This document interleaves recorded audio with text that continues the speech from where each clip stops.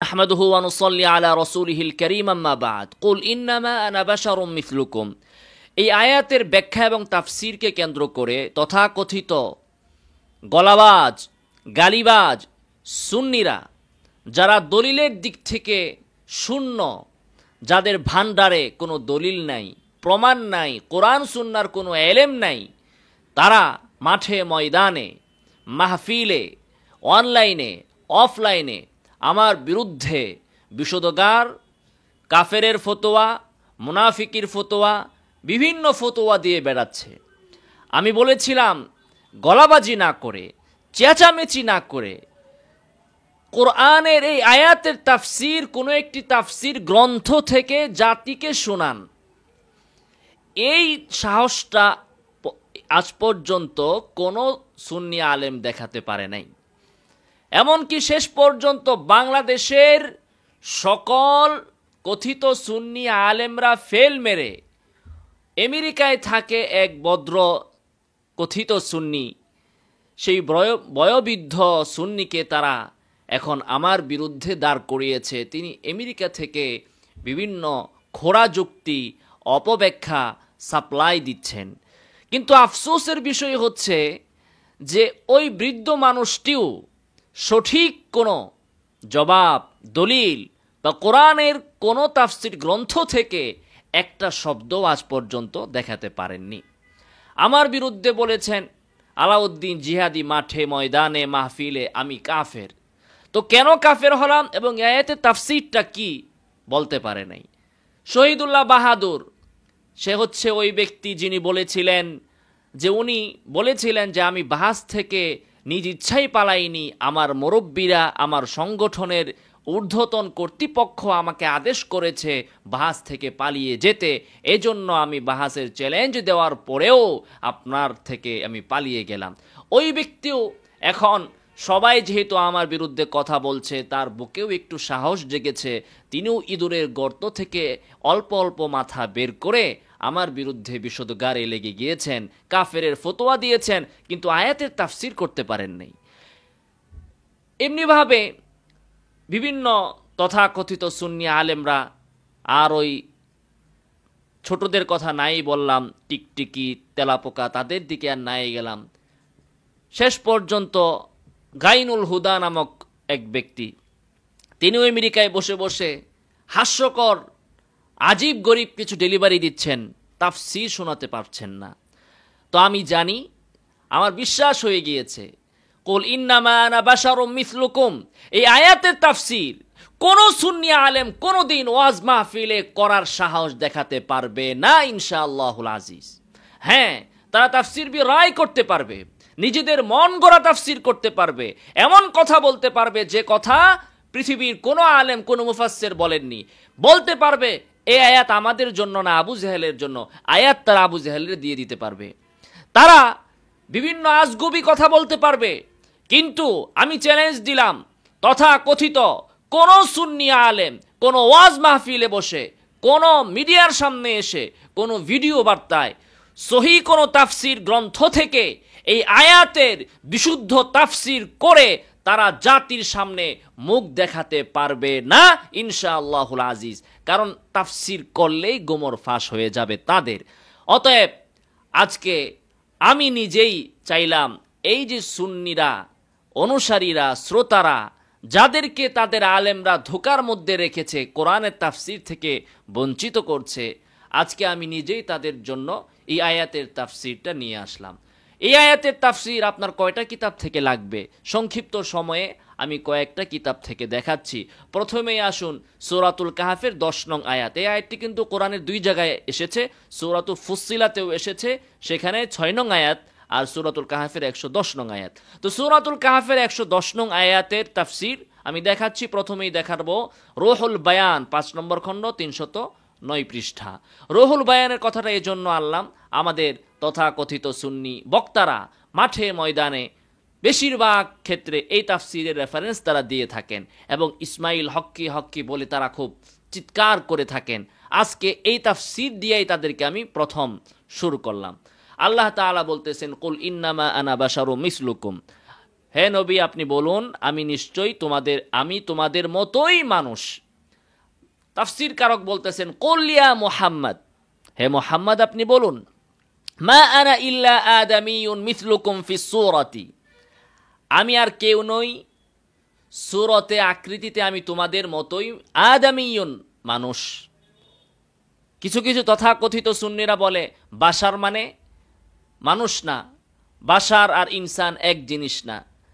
তো উনি ব্যাখ্যা করে দিলেন মা আনা ইল্লা আদামিয়ুন, আমি আদমি, আদম সন্তান, মিসলুকুম তোমাদের মতো ফিস সূরাতি ওয়া মুসাউইকুম ফি বা'দিস সিফাতিল বাশারিয়াতি, মানবিক অনেক সিফাতের ক্ষেত্রে আমি তোমাদের মতোই। ইউহা ইলাইয়া মির রাব্বি, আমার রবের পক্ষ থেকে ওহী আসে। আন্নামা ইলাহুকুম ইলাহু ওয়াহিদ মা হুয়া ইল্লা মুতাফাররিদুন ফিল উলুহিয়াতি, উলুহিয়াতের ক্ষেত্রে আল্লাহ একক, লা নাযীরা লাহু ফি যাতিহি, তার জাতের কোনো দৃষ্টান্ত নাই, আল্লাহর জাতের কোনো দৃষ্টান্ত নাই। কারণ লাইসা কামিসলিহি শাই, মুহাম্মদ সাল্লাল্লাহু আলাইহি ওয়াসাল্লামের দৃষ্টান্ত আছে, উপমা আছে। এজন্যই আল্লাহ বলেছেন ইন্নামা আনা বাশারুম মিসলুকুম, মুহাম্মদ সাল্লাল্লাহু আলাইহি ওয়াসাল্লামের মিছিল আছে, মিছিল নাই আল্লাহর, লা নাযীরা লাহু ফি যাতিহি ওয়ালা শারীকা লাহু ফি সিফাতিহি, এবং সিফাতের ক্ষেত্রেও আল্লাহর কোনো শরীক নেই। ইয়ানি অর্থাৎ আনা মু'তারিফুন বিবাশারিয়াতি, উনি তাফসীর করতেছেন অর্থাৎ আমি আমার বাশারিয়াত মানব হওয়াকে স্বীকার করছি। ওয়ালাকিন্নাল্লাহা মান্না আলাইয়া মিন বাইনিকুম বিন নবুওয়াতি ওয়ার রিসালাতি, কিন্তু আল্লাহ তাআলা আমার উপর ইহসান করেছেন, অনুগ্রহ করেছেন, তোমাদের মধ্য থেকে আমাকে নবুয়াত দিয়েছেন, রিসালাত দিয়েছেন। ইউশিরু ইলা আন্না বানি আদম ফিল বাশারিয়াতি ওয়াস্তিআদাদিল ইনসানিয়াতি সাওয়াউন আন-নাবিয়্যু ওয়াল ওয়ালিয়্যু ওয়াল মুমিনু ওয়াল কাফিরু। স্পষ্ট ভাষায় রুহুল বায়ানওয়ালাই বলে দিয়েছেন, মামলা দিলে ওনার বিরুদ্ধে দেন, কাফের বললে তাকে কাফের আগে বইলা নেন, এরপরে আমাকে বলবেন। তিনি বলতেছেন এখানে এই ইঙ্গিতই করা হয়েছে বনি আদম, আদম সন্তান বাশারিয়াতের দিক থেকে এবং ইনসানি যোগ্যতা সম্পন্ন হওয়ার দিক থেকে সাওয়াউন বরাবর, নবী, ওলি, মুমিন, কাফের সবাই বরাবর। বাশারিয়াতের মধ্যে নবী, কাফের সবাই বরাবর। কে বললো এটা? আল্লাহ বলেছেন, আল্লাহর কথার তাফসীরে রুহুল বায়ানওয়ালাই বললেন, আমি বলছি নাকি? আমি কে বলার?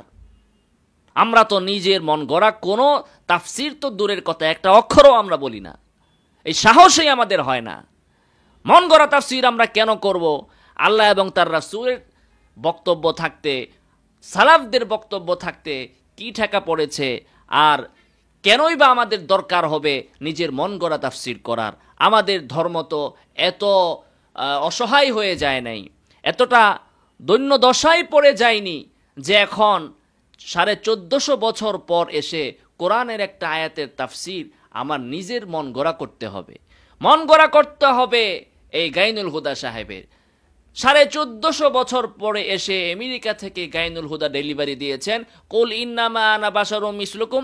এই আয়াত মুমিনদের জন্য না, এই আয়াত হচ্ছে আবু জেহেলদের জন্য। আয়াত তিনি 1450 বছর পরে আবু জেহেলদেরকে লেখা দিয়ে দিয়েছেন। আউযুবিল্লাহি মিন যালিক।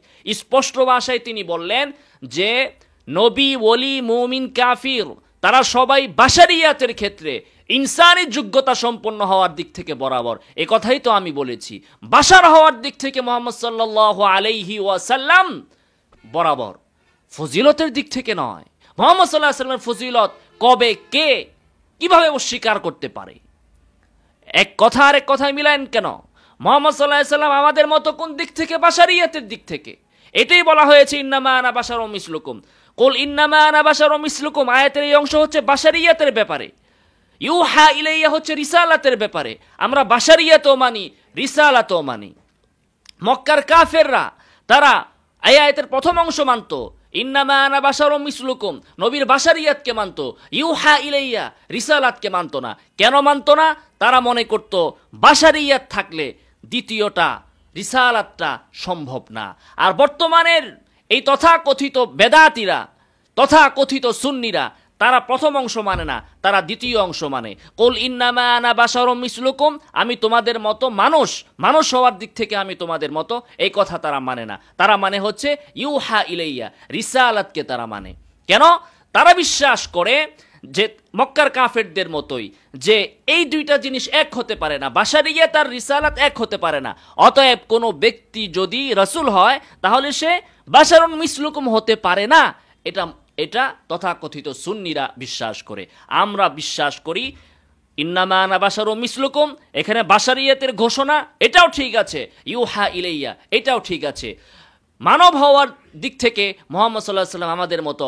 ইউহা ইলাইয়া এই ফজিলতের কারণে মর্যাদায় তিনি ভিন্ন, মর্যাদায় তিনি ভিন্ন, অবশ্যই ভিন্ন।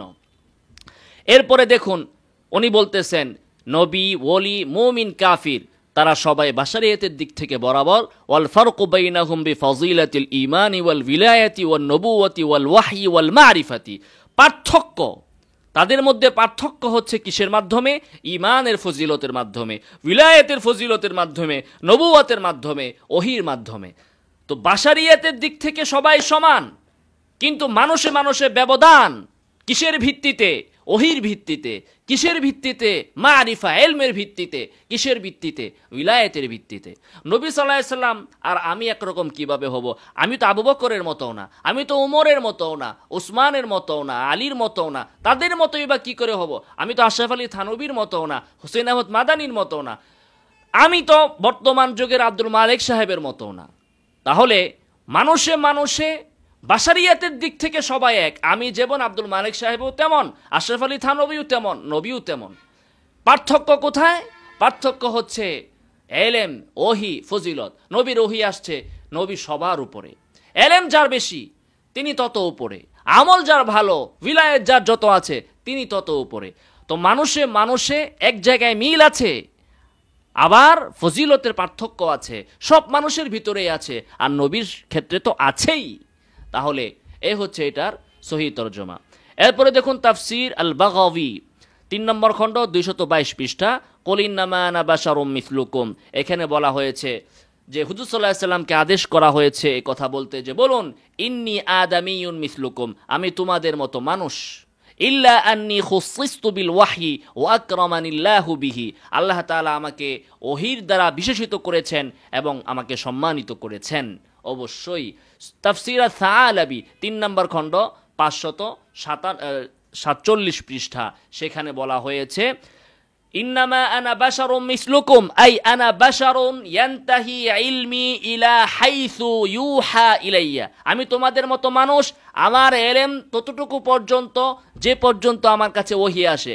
যে বিষয়ে আমার কাছে ওহী নাই ওই বিষয়ে আমার কোনো জ্ঞানও নাই। তাফসির আর-রাজি মাফাতিহুল গায়ব অথবা তাফসিরুল কবির, এখানে বলা হচ্ছে যে কুল ইন্নামা আনা বাশারুম মিসলুকুম আই লা ইমতিয়াজ বাইনি ওয়া বাইনাকুম ফি শাইইন মিনাস সিফাত, যে কোনো সিফাতে তোমাদের মাঝে আর আমাদের মাঝে, আমার মাঝে কোনো পার্থক্য নাই। কাদেরকে বলা হচ্ছে? মক্কার কাফেরদেরকে, যে মক্কার কাফেররা তোমাদের মধ্যে আর আমার মধ্যে সিফাতের পার্থক্য নাই। ইল্লা আন্নাল্লাহ আওহা ইলাইয়া, কিন্তু আল্লাহ তাআলা আমার উপর ওহী করেছেন, এটাই হচ্ছে পার্থক্য।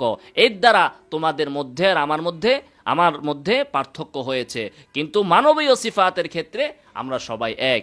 তাফসীর আল মাতুরিদি, সেখানে বলা হচ্ছে আমারাহু আন ইখবিরাহুম আন্নাহু বাশারুম মিসলুহুম, আদেশ করা হয়েছে মানুষকে সংবাদ দিতে যে তিনি মানুষ তাদের মতোই। সুম্মা ইয়াকুনু লিযালিকাল আমরু ওয়া ইখবারুহু ইয়াহুম আন্নাহু বাশারুন মিসলুহুম ওয়ুজুহুম মিনাল মাআনি। এখন এই সংবাদের এবং মুহাম্মদ সাল্লাল্লাহু আলাইহি ওয়াসাল্লাম তাদের মতো হওয়ার বিভিন্ন দিক আছে। একটা বলতেছেন উনি, একটা দিক হচ্ছে এটা যে মক্কার কাফেরেরা তারা মুহাম্মদ সাল্লাল্লাহু আলাইহি ওয়াসাল্লামকে প্রশ্ন করত, তার কাছে তারা দাবি করত যে বিভিন্ন মানুষের সাধ্যে নাই এমন বিষয় তারা তার কাছ থেকে দাবি করত। যেমন আমাদের জন্য খাজানা আইনা দেন, আপনার সাথে কোনো ফেরেশতা থাকে না, ইত্যাদি ইত্যাদি। তখন আদেশ করেছেন আল্লাহ তাআলা এই কথা বলতে, সংবাদ দিতে, যে জানিয়ে দিন যে তোমাদের এই অসাধ্য দাবি আমি কিভাবে পুরা করব? আমি কে আর তোমরা কে? তোমরা যেমন আমিও তো তেমন। আমি তো মানুষ তোমাদের মতো, তোমরা যে সমস্ত অসম্ভব বিষয় আমার কাছে দাবি করছ, এগুলোর সামর্থ্য তো আমার নেই, এগুলোর সামর্থ্য তো কেবল আল্লাহর। এখন আল্লাহর উপর ফাইসলা করার তো কেউ নাই। তো আল্লাহ তাআলা যদি চান এ ধরনের অলৌকিক কিছু ঘটাতে, তখনই কেবল আমি ঘটাতে পারি। আর আল্লাহ তাআলা যদি না চান, তাহলে আমি এগুলো কখনো ঘটাতে পারবো না। যেমন দেখুন মেরাজ, আল্লাহ রাসূল সাল্লাল্লাহু আলাইহি ওয়াসাল্লাম এক রাত্রে তিনি মক্কা থেকে বাইতুল মাকদিস এবং সেখান থেকে সিদরাতুল মুনতাহা পর্যন্ত ভ্রমণ করে এসেছেন। নবী সাল্লাল্লাহু আলাইহি ওয়াসাল্লাম আমাদের মতো বাশার হওয়ার পর এটা করতে পারা, এটাই হচ্ছে তার জন্য কামাল।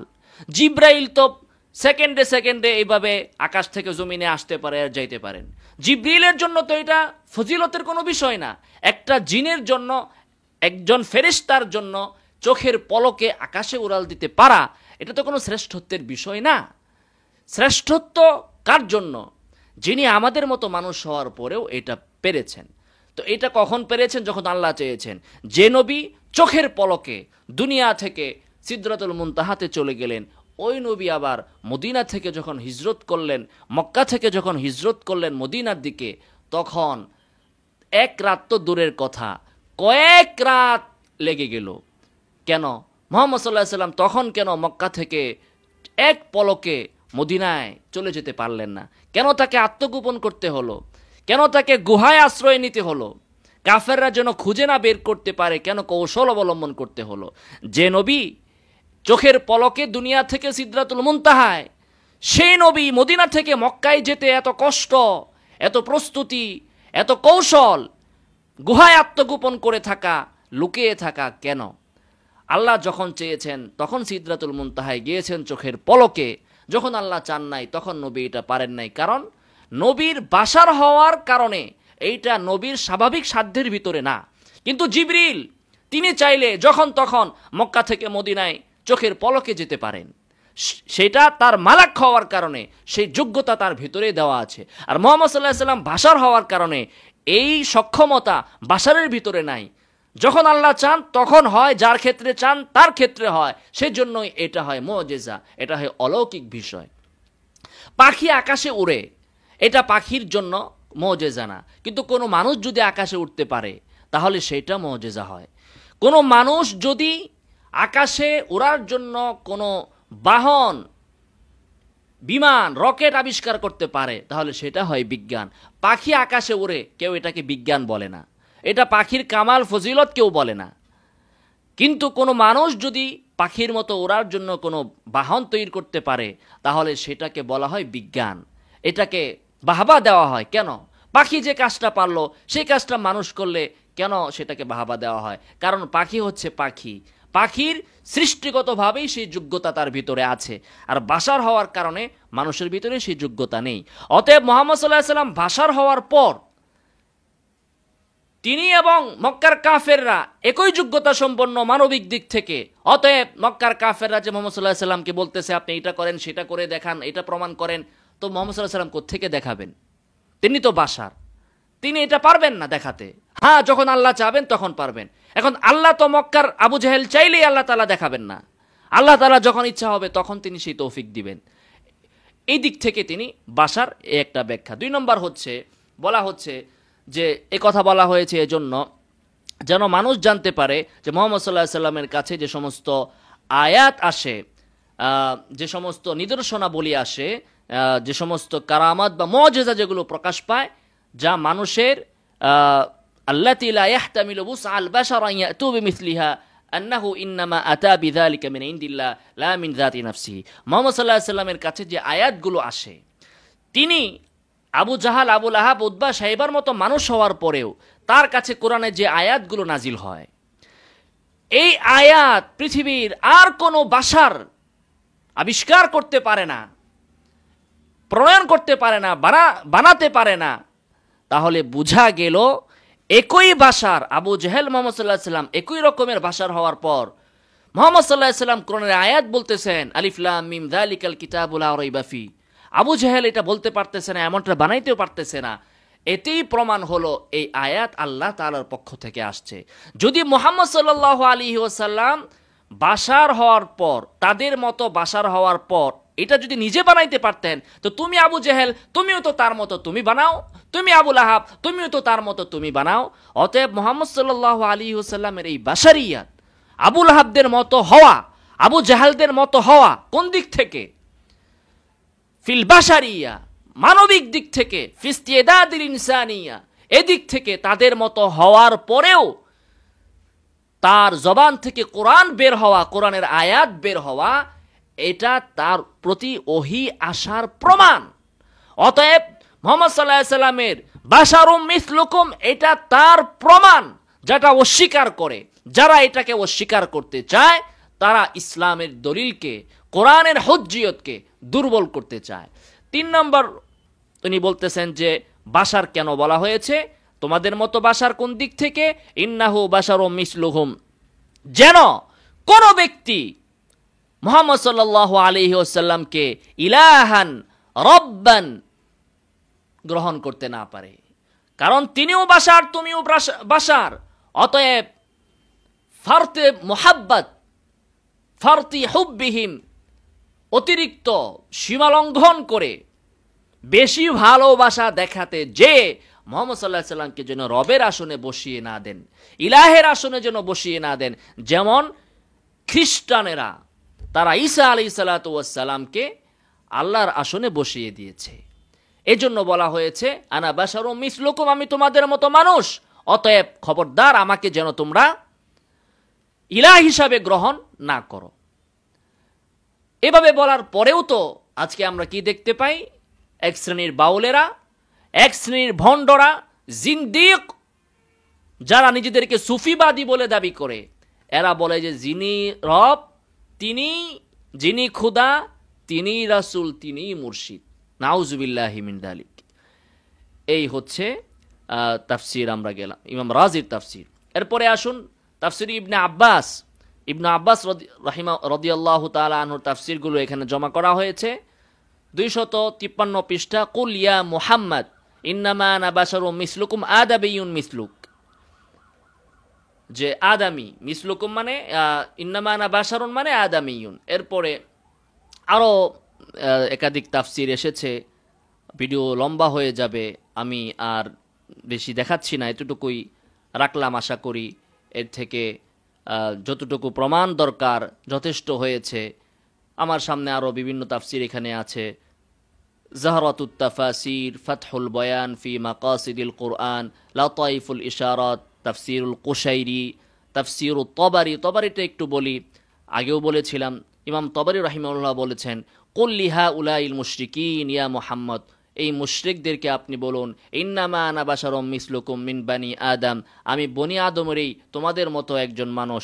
লা ইলমালি, আমার কোনো এলেম নাই, ইল্লা মা আল্লামানিল্লাহু, আল্লাহ তাআলা আমাকে যতটুকু এলেম দিয়েছেন ততটুকুই। ওয়া ইন্নাল্লাহা ইউহি ইলাইয়া, আল্লাহ তাআলা আমার উপর ওহী করেছেন যে আন্না মা'বুদাকুম আল্লাযী ওয়াজাবা আলাইকুম আন তা'বুদুহু ওয়া লা তুশরিকু বিহি শাইআন মা'বুদুন ওয়াহিদুন লা সানিয়া লাহ, যে তোমাদের মা'বুদ, যার ইবাদত করা তোমাদের জন্য আবশ্যক এবং যার কোনো শরিক নেই, তিনি একজনই, দ্বিতীয় কেউ নাই। লা শারীকা লা, তার কোনো শরিক নাই এবং তার কোনো দ্বিতীয় নাই। তাফসীর ইবনে কাসিরও একটু বলি, ইয়াকুলু রাসূলিহি মুহাম্মদ সাল্লাল্লাহু আলাইহি ওয়াসাল্লাম কুল লিহা উলাইল মুশরিকিন আল মুকাদ্দিবিন বিরিসালাতিকা ইলাইহিম, যারা আপনার রিসালাতকে অস্বীকার করে ওই মুশরিকদেরকে আপনি বলুন। তাহলে স্পষ্টত এখানে মিসলুকুম দ্বারা মক্কার কাফেররা, মুশরিকরাই উদ্দেশ্য। এরপরে তিনি বলতেছেন ফামান জামানি কাযিবুন, যে ব্যক্তি দাবি করে যে আমি মিথ্যুক, কোরআনের আয়াত আমি নিজে নিজে বানিয়ে বলি, ফালিয়াতি বিমিসলি মা জিতু বি, সেজন্য আমি যেমন আয়াত বলেছি এমন একটা আয়াত বানিয়ে নিয়ে আসে। ফাইন্নী লা আলামুল গায়বা ফিমা আখবারতুকুম বিহি মিনাল মাদি, আমি তোমাদেরকে অতীতের যে সংবাদ দেই এই বিষয়ে তো আমার কোনো গায়বী ইলম নাই, যা তোমরা আমাকে জিজ্ঞাসা করো আসহাবে কাহফের ঘটনা, যুলকারনাইনের ঘটনা ইত্যাদি ইত্যাদি, অথচ আমি সেগুলো বলতে পারি এবং বাস্তবসম্মতভাবেই আমি বলে দেই। কিভাবে? যেহেতু আমার কাছে ওহী আসে। যদি আল্লাহ তাআলা আমার উপর ওহী না করতেন তাহলে আমি কোশ্চেন কালেও তোমাদেরকে এই সমস্ত সংবাদ দিতে পারতাম না, কারণ আমিও তোমাদের মতোই, তোমরা যখন পারো না আমি কিভাবে পারবো, আমিও পারতাম না, কিন্তু আমি তোমাদের মতো হওয়ার পরেও পারি কেন, যেহেতু আল্লাহর পক্ষ থেকে আমার কাছে ওহী অবতীর্ণ হয়। তিনিও একই কথা বলেছেন। তাফসিরে বাইজাবিতে দেখুন, তাফসিরে বাইজাবি, যারা তথাকথিত সুন্নিরা দু একটা তাফসিরের নাম জানে, বাইজাবি আর জালালাইন, তো বাইজাবির তাফসির থেকে একটু দেখা দিই তাদেরকে কি বলছেন। কুল ইন্নামা আনা বাশারুম মিসলুকুম, বলা হচ্ছে লা আদদাই লিহাতা আলা কালিমাতিহি, যে আমি তোমাদের মতো মানুষ, আমি দাবি করি না যে আল্লাহর কালিমা, সকল কালিমা আমি বেষ্টন করে ফেলেছি, আল্লাহর এলেম পুরাটা আমার আছে।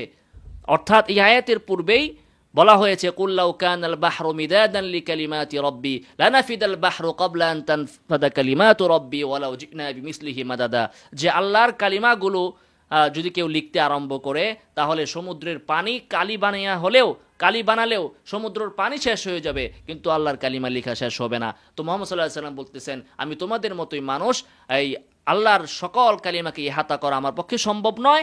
যে কালিমাগুলো আমার কাছে ওহী করা হয় আমি শুধু সেইটাই জানি, আর ওই কালিমাগুলোর মধ্য থেকে একটা হচ্ছে ইউহা ইলাইয়া আন্নামা ইলাহুকুম ইলাহু ওয়াহিদ, আল্লাহর একটা কালিমা হচ্ছে যে তিনি এক, তোমাদের ইলাহ এক।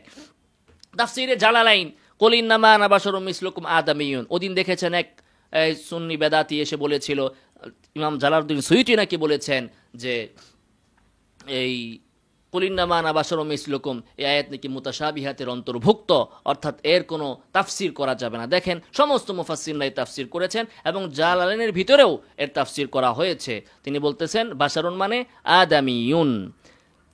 এরপরে দেখুন আরেকটি তাফসির আমরা দেখাই, সেটা হচ্ছে তাফসিরুস সাদি, তাফসিরুল করিম আর রহমান, 489 পৃষ্ঠা। এটা দেখুন কি বলতেছে, কুল ইয়া মুহাম্মদ লিল কুফারি ওয়া গায়রিহিম, মুহাম্মদ সাল্লাল্লাহু আলাইহি ওয়াসাল্লাম আপনি বলুন কাফেরদেরকে এবং অন্য সকলকে, লিল কুফারি ওয়া গায়রিহিম, এটা এজন্যই বললাম ওয়া গায়রিহিম শব্দটা ইনি স্পষ্ট করে উল্লেখ করে দিয়েছেন, অন্যরা উল্লেখ করেন, উল্লেখ করার দরকার নাই, কারণ প্রশ্ন করেছিল মক্কার কাফের, এখন আল্লাহ তাআলা জবাব দিচ্ছেন। তো আল্লাহর জবাব তো সবার জন্য, কাফেরদের প্রশ্ন আমাদের জন্য নয়, কিন্তু আল্লাহর জবাব কাফেরদের ক্ষেত্রে হলেও সেখানে যে বক্তব্য, সেই বক্তব্য তো আমাদের জন্য গ্রহণীয়, পালনীয়। তো আল্লাহ তাআলা এখানে বলেছেন মুহাম্মদ সাল্লাল্লাহু আলাইহি ওয়াসাল্লামকে বলতে। এখন ওই যে আমাদের গায়নুল হুদা সাহেব বলেছিলেন আল্লাহ তো এটা মক্কার কাফেরদেরকে বলতে বলেছেন, অতএব এটা আমাদের জন্য দলিল না। এই মুফাসসির স্পষ্ট ভাষায় বলে দিলেন যে হে নবী আপনি মুহাম্মদ সাল্লাল্লাহু আলাইহি ওয়াসাল্লাম আপনি বলুন মক্কার কাফেরদেরকে এবং ওয়া গায়রিহিম অন্যদেরকে, সবাইকে আপনি বলেন, সবাইকে। প্রশ্ন করেছে কাফেররা, তাই বলে উত্তর যে শুধু কাফেরদের ক্ষেত্রে, কাফেরদের জন্য এরকমটা নয়, উত্তর আপনি সবাইকে শুনাইয়া দিন আমি তোমাদের মতো মানুষ, এটা শুধু কাফেরদের জন্য আপনি বলবেন না, সবার ক্ষেত্রেই আপনি বলবেন।